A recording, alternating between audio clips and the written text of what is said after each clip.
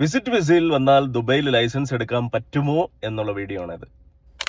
കുറേ പേര് കമൻറ്റ് ചെയ്ത് ചോദിക്കാറുണ്ട്, ഞാൻ വിസിറ്റ് വിസയിലാണ്, എനിക്ക് ഇവിടുത്തെ റെസിഡൻഷ്യൽ വിസ ഇല്ല, എനിക്ക് ലൈസൻസ് എടുക്കാൻ പറ്റുമോ ഇല്ലയോ എന്ന് കുറേ പേര് കമൻറ്റ് ചെയ്ത് ചോദിക്കാറുണ്ട്. എന്നാൽ ഞാൻ വിചാരിച്ചുള്ള ഒരു വീഡിയോ ചെയ്യാം നമുക്ക്.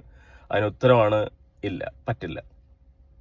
വിസിറ്റ് വിസയിൽ നമുക്ക് ഡ്രൈവിംഗ് ലൈസൻസിന് അപേക്ഷിക്കാൻ പറ്റത്തില്ല. എന്തെന്ന് പറഞ്ഞാൽ, നമുക്ക് ലൈസൻസിന് ഫയൽ ഓപ്പൺ ചെയ്യണമെങ്കിൽ എമിറേറ്റ്സ് ഐഡി വേണം. റെസിഡൻഷ്യൽ വിസ ഉണ്ടെങ്കിൽ മാത്രമേ നമുക്ക് എമിറേറ്റ്സ് ഐഡി കിട്ടുകയുള്ളൂ. എമിറേറ്റ്സ് ഐഡി ഉണ്ടെങ്കിൽ മാത്രമേ നമുക്ക് ഫയൽ ഓപ്പൺ ചെയ്യാൻ പറ്റുകയുള്ളൂ. അപ്പം ആൻസർ ഈസ് നോ, നമുക്ക് പറ്റില്ല.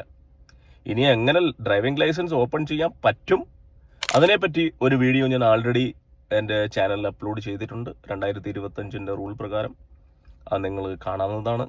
എന്തെങ്കിലും സംശയം ഉണ്ടെങ്കിൽ കമൻറ്റ് ചെയ്യാവുന്നതാണ്. സിമ്പിളായിട്ട് പറഞ്ഞാൽ, ഡ്രൈവിംഗ് ലൈസൻസ് എടുക്കണമെങ്കിൽ ജസ്റ്റ് എമിറേറ്റ്സ് ഐ ഡി മാത്രം മതി. അതിനുശേഷം ഒരു ഐ ടെസ്റ്റ് എടുക്കുക. അതിനുശേഷം നമുക്ക് ഫയൽ ഓപ്പൺ ചെയ്യാവുന്നതാണ്. ഫയൽ ഓപ്പൺ ചെയ്ത് കഴിഞ്ഞാൽ ലെക്ചർ ക്ലാസ് അറ്റൻഡ് ചെയ്യണം, സിഗ്നൽ ടെസ്റ്റ് പാസ്സാകണം.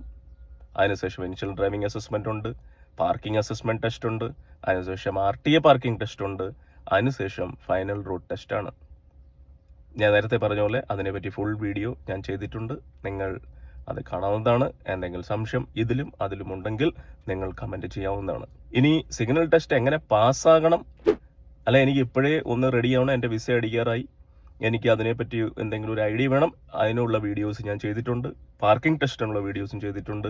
ഫൈനൽ ടെസ്റ്റിനെ പറ്റിയുള്ള വീഡിയോസും ചെയ്തിട്ടുണ്ട്. നിങ്ങൾ എന്തെങ്കിലും സംശയം ഉണ്ടെങ്കിൽ അത് ഇപ്പോഴേ ഒന്ന് കണ്ടോ. റെസിഡൻഷ്യൽ വിസയൊക്കെ അടിച്ചു കഴിയുമ്പോൾ നിങ്ങൾക്ക് ഒരു ഡ്രൈവിംഗ് ലൈസൻസിന് അപേക്ഷിക്കാവുന്നതാണ്. ഇതുപോലുള്ള വീഡിയോ കാണാൻ ലൈക്ക് ചെയ്യുക, ഷെയർ ചെയ്യുക, സബ്സ്ക്രൈബ് ചെയ്യുക, കമൻ്റ് ഇടുക. ഞാൻ 90% അല്ല 100% ഞാൻ കമൻറ്റ് റിപ്ലൈ കൊടുക്കാറുണ്ട്. നിങ്ങൾക്ക് എന്തെങ്കിലും സംശയം ഉണ്ടെങ്കിൽ നിങ്ങൾ കമൻറ്റ് ചെയ്ത് ചോദിക്കാവുന്നതാണ്. നന്ദി, നമസ്കാരം.